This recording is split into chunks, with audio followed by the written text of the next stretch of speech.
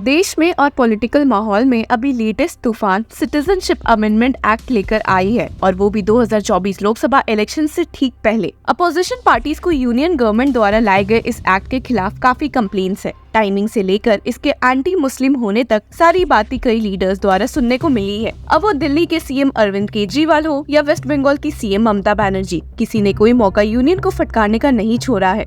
सिर्फ यही नहीं, आप सुनकर दंग रह जाएंगे कि इस एक्ट को इम्प्लीमेंट करने के ठीक बाद अभी तक 3 पिटीशन सुप्रीम कोर्ट में फाइल भी हो चुकी है, जिसमें पहला पिटीशन इंडियन यूनियन मुस्लिम लीग और democratic youth federation of India द्वारा फाइल हुआ है, जिसमें ये कहा जा रहा है कि इस एक्ट की वजह से पहली बार इंडिया में रिलीजन के बेसिस पर लोगों को इंडियन सिटीजनशिप मिल रही है। वही बाकी पिटीशंस देबाब्रत साइकिया, असम कांग्रेस एमएलए और ऑल असम स्टूडेंट्स यूनियन द्वारा सुप्रीम कोर्ट में फाइल की गई है, ये कहते हुए कि ये आर्टिकल 14 के साथ साथ असम अकॉर्ड को भी वायलेट करता है। और एक शॉकिंग टर्न ऑफ इवेंट्स में सुप्रीम कोर्ट में सीजेआई डीवाई चंद्रचूड़ ने इन मामले को लिस्ट कर लिया है और 19 मार्च से प्लीज की सुनवाई करेंगे, जो कि सिटीजनशिप अमेंडमेंट एक्ट पर स्टे चाहती है। इसी बीच लोगों की निगाहें बीजेपी पर आ टिकी है कि वे सीएए को कैसे एक्सप्लेन करेंगे, वो भी तब जब इसकी वजह से एक बार पहले भी देश में इतने दंगे फसाद की स्थिति पैदा हो चुकी थी, जिसमें कई लोगों की जान जा चुकी है। पॉलिटिकल पार्टीज के झगड़ों में एक नई जंग union home minister Amit Shah और दिल्ली सीएम अरविंद केजरीवाल के बीच छिड़ गई है, जहां दोनों एक दूसरे को पलट जवाब देने में पीछे नहीं रह रहे।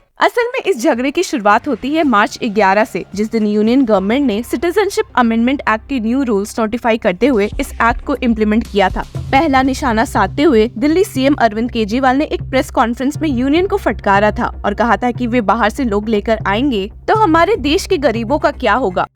भारत सरकार का जो सरकारी पैसा हमारे परिवार और देश के विकास पे खर्च होना चाहिए, वो पैसा पाकिस्तानियों को भारत में बसाने पे खर्च किया जाएगा। एक पॉइंट केजरीवाल ने ये भी उठाया था कि ये सब कुछ करने के पीछे का रीजन केवल वोट बैंक क्रिएट करना है। पूरा का पूरा खेल वोट बैंक बनाने की गंदी राजनीति है।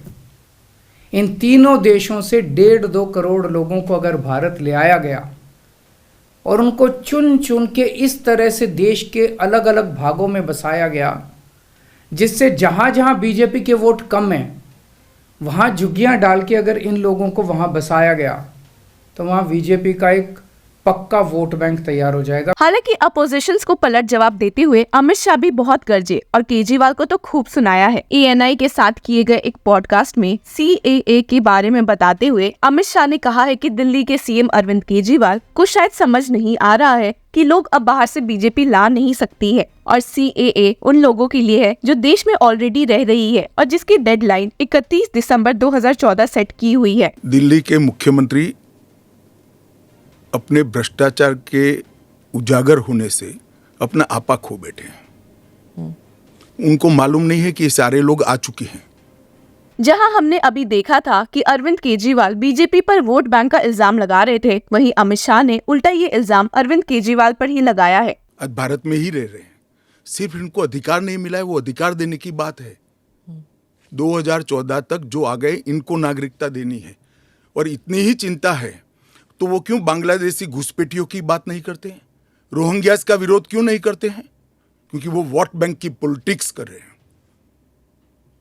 दिल्ली के चुनाव उनके लिए लोहे के चने चबाने जैसे हैं, इसलिए वोट बैंक की पॉलिटिक्स कर रहे हैं। नौकरी का कहाँ सवाल है, वो ऑलरेडी यहाँ है और बांग्लादेशी नौकरी का अधिकार नहीं मार रहे हैं क्या? रोहिंग्यास नहीं मार रहे हैं? इनके लिए तो आप कभी नहीं बोले भाई। सिर्फ जो हिंदू शरणार्थी आए हैं, जो बौद्ध शरणार्थी आए, जो जैन, पारसी और क्रिश्चियन शरणार्थी, इसी का विरोध कर रहे हैं। अपनी बात आगे रखते हुए अमित शाह ने कहा है कि वे सीएए के माध्यम से उन माइनॉरिटीज रिलीजन को उनका अधिकार दिलाना चाह रहे हैं और कुछ नहीं। मामले में ट्विस्ट अब आता है जब उल्टा जवाब देते हुए अरविंद केजरीवाल ने वापस से ट्वीट किया और कहा, मैंने कल प्रेस वार्ता करके बताया था कि किस तरह सीएए देश के लिए खतरनाक है और कैसे इसके लागू होने से देश भर में भारी संख्या में पड़ोसी देशों से घुसपैठिए आ जाएंगे। आज गृह मंत्री अमित शाह जी ने उस पर अपना बयान दिया है। मैं उनका जवाब आज 12 बजे प्रेस वार्ता करके दूंगा। और ठीक 12 बजे एक प्रेस कॉन्फ्रेंस करते हुए वापस से यूनियन को फटकारा है अरविंद केजरीवाल ने। उन्होंने कहा है कि अमित शाह ने उन्हें गाली देने के अलावा कुछ नहीं किया है और न ही उन सवालों का जवाब भी दिया है जो कि केजरीवाल ने उनसे पूछे थे। अपने पूरे बयान में जो प्रश्न मैंने कल उठाए थे उसका किसी भी एक भी प्रश्न का उन्होंने जवाब नहीं दिया। अरविंद केजरीवाल का मेन क्वेश्चन ये था कि देश में ऑलरेडी गरीबी होने की वजह से बाहर वाले लोगों को कैसे देश में आने दिया जा सकता है। पूरा देश मिलके, सारी सरकारें मिलके अपने देश के बच्चों को रोजगार देने में असमर्थ हैं।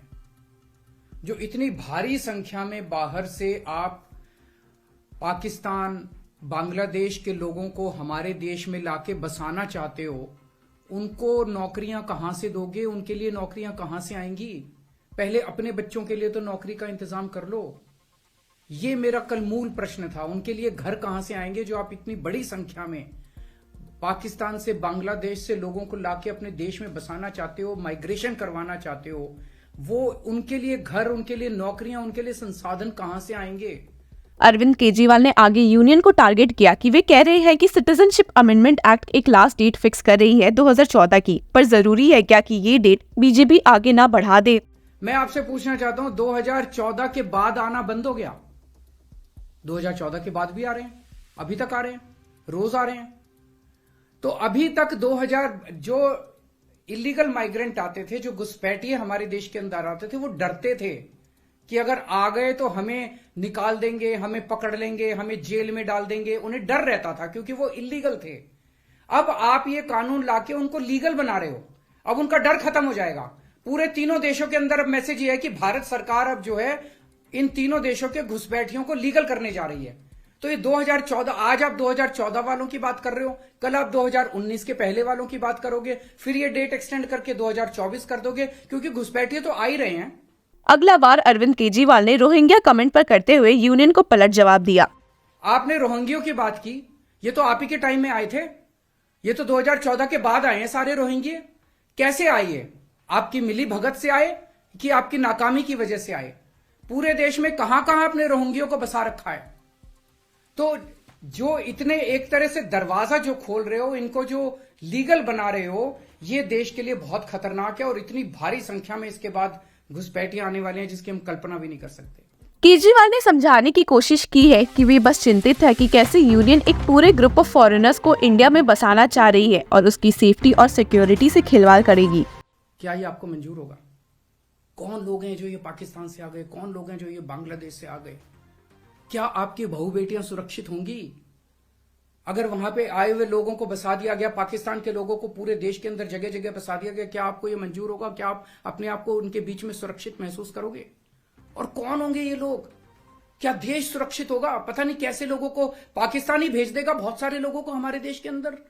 क्या हमारा देश सुरक्षित होगा? चारों तरफ कानून व्यवस्था की समस्या नहीं पैदा हो जाएगी?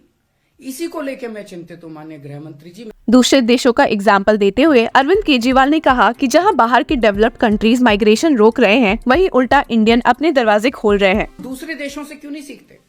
कनाडा का हाल देख लीजिए, क्या हो गया। विकसित देश होता था, उसने अपने दरवाजे खोले, पूरी दुनिया भर से लोग आ गए और अब वो माइग्रेशन बंद कर रहे हैं। इसका लंदन, इसका यूके का हाल देख लीजिए, क्या हो गया। पूरे दुनिया के अंदर आज सारे देश बाहर से आने वाले इमिग्रेंट्स को रोकते हैं और आप दरवाजे खोल रहे हो सबके लिए कि सारे दुनिया के गरीब यहाँ पाकिस्तान, बांग्लादेश के गरीब सारे आके यहाँ बस जाएं। हमारे गरीबों की चिंता फिर कौन करेगा? हालांकि जहां यूनियन ने तो केजरीवाल को उनके रिमार्क्स के लिए फटकारा ही है, वहीं हिंदू सिख रेफ्यूजीज ने केजरीवाल के खिलाफ प्रोटेस्ट किया है और कहा है कि रेफ्यूजीज के खिलाफ इतने गंदे शब्द यूज करने के लिए उन्हें माफी मांगनी चाहिए। बात ऐसी है कि अमित शाह ने सीधे सीधे कह दिया है कि ये एक्ट वापस नहीं लिया जाएगा। तो अब आगे देखते हैं कि और कौन से झगड़े सिटीजनशिप अमेंडमेंट के रिस्पेक्ट में देखने को मिलेंगे और सुप्रीम कोर्ट में भी हियरिंग के दौरान और क्या नया उठेगा। Till then keep following law चक्रा।